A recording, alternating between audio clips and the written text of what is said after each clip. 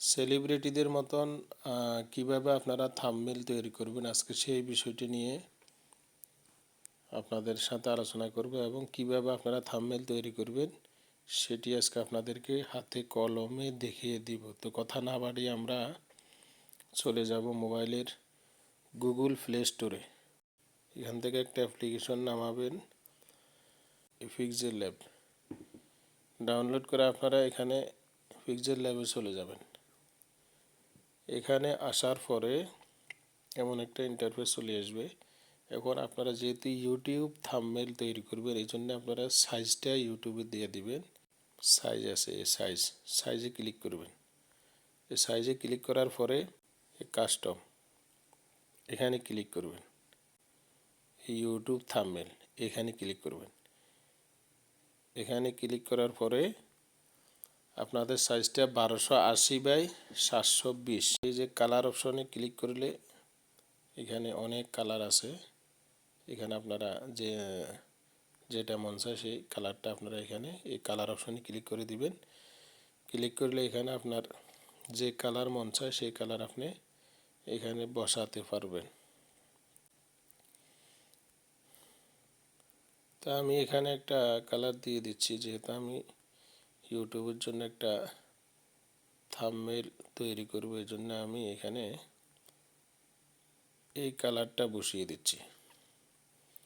এই যে ব্লু কালারটা আমি বসিয়ে দিচ্ছি। তারপরে আমি এখানে একটা ইউটিউবের লোগো সেট করব। এজন্য আমাকে যেতে হবে আমার ফোন গ্যালারিতে। এই যে এখানে আপনারা দেখতেছেন ইনপুট, এই ইনপুটে ক্লিক করে দিবেন, তাহলে সোজা আপনাকে আপনার গ্যালারিতে নিয়ে যাবে। তো আমি আগে থেকে গ্যালারিতে একটা ইউটিউবের লোগো সেভ করে রাখছি, সেটা আমি এখানে বসাই দিব।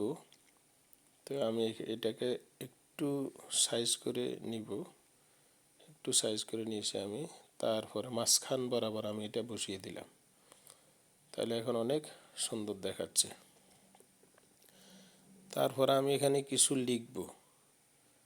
ধরেন আমি এখানে আপনি এরা ক্লিক করবেন। এখানে ক্লিক করার পরে তারপরে টেক্সটে ক্লিক করবেন।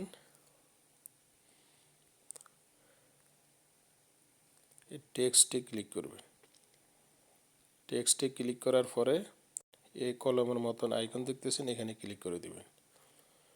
এখানে ক্লিক করার পরে এই লেখাটা কেটে দিবেন। লেখাটা কেটে দিলাম। এখান থেকে আপনারা বাংলাও করতে পারবেন যদি আপনাদের বাংলা ল্যাঙ্গুয়েজ সেটিং থাকে। তা আমি এখানে লিখব, আমি এই যে এখানে লিখে দিলাম কিভাবে ইউটিউব থাম্বনেল তৈরি করব। এবার সুন্দর করে এখানে লেখাটা বসিয়ে দিয়ে আপনার লেখা বড় করতে পারবেন। এখানে সাইজ আছে, এই সাইজে ক্লিক করে আপনি লেখাকে বড় করতে পারবেন। তারপরে কালার, লেখার কালার সেটিং করতে পারবেন। যে কালার অপশন আছে, কালার অপশনে ক্লিক করবেন। ক্লিক করলে এখানে বিভিন্ন ধরনের কালার আছে। যে কালারটি আপনার কাছে ভালো লাগে আপনারা ওই কালারটি এখানে দিয়ে দিবেন। তারপর আপনারা লেখাটা যেন এদিক সেদিক না যায়, এই জন্য আমি এটাকে লক করে দিব। এই যে দেখতেছেন আমি তালাগুলো লক করে দিলাম আবার। এবার আপনার থাম্বনেলটা যেন আকর্ষণীয় হয়, এজন্য আপনি কি করবেন, এই সেভ অপশনে ক্লিক করে দিবেন। এখানে ক্লিক করে পিএনজি করে দিবেন। পিএনজি করে দিলে আপনার থাম্বনেলটা অনেক আকর্ষণীয় হবে। তারপরে আপনি এখান থেকে নিচে চলে আসবেন। নিচে চলে এসে এখানে ক্লিক করবেন কাস্টমসে ক্লিক করে এই যে এটাকে আল্টার করে দিবেন। এই একেবারে নিচে যে লেখাটা আছে আল্টার, এটাকে আপনারা আল্টার করে দিবেন।